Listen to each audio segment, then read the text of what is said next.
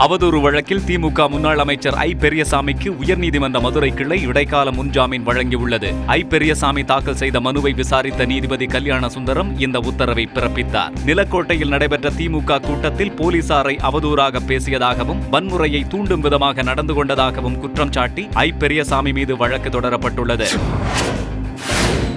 காஞ்சிபுரம் மாவட்டம் பல்லாவரம் நகராட்சியில் கவுன்சிலர் பதவிக்கு போட்டியிடும் பாஜக வேட்பாளர் ராம்குமாருக்கு கொலை மிரட்டல் விடுக்கப்பட்டதாக புகார் எழுந்துள்ளது. அதிமுக கட்சியினர் சிலர் இவரை தாக்கி வேட்புமனுவை வாபஸ் பெறுமாறு மிரட்டுவதாக கூறி பாஜக மாவட்ட தலைவர் பலராமன் தலைமையில் அக்கட்சியினர் பல்லாவரம் நகராட்சியை முற்றுகையிட்டு ஆர்ப்பாட்டத்தில் ஈடுபட்டனர். உரிய நடவடிக்கை எடுக்கப்படும் என உறுதியளிக்கப்பட்டதால் போராட்டம் கைவிடப்பட்டது.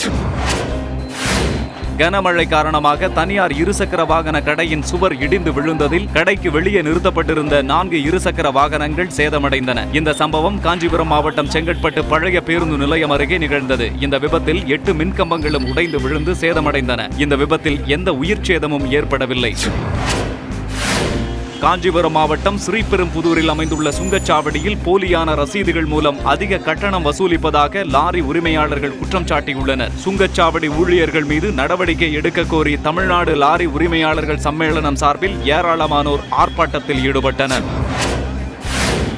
திருவண்ணாமலை மத்திய பேருந்து நிலையத்தில் உள்ள கடைகளில் விற்பனை செய்யப்பட்ட தரமற்ற காலாவதியான உணவுப் பொருட்கள் பறிமுதல் செய்யப்பட்டன. மாவட்ட ஆட்சியர் ஞானசேகரன் உத்தரவின் பேரில் அதிகாரிகள் நடத்திய அதிரடி வேட்டையில் கடைகளில் தரமற்ற உணவுப் பொருட்கள் மற்றும் காலாவதியான பொருட்கள் இருந்தது கண்டுபிடிக்கப்பட்டது. இவைகளை பறிமுதல் செய்த அதிகாரிகள் வியாபாரிகளை எச்சரித்து தவறு நிகழாமல் கவனமுடன் நடந்து கொள்ளுமாறு அறிவுறுத்தினர்.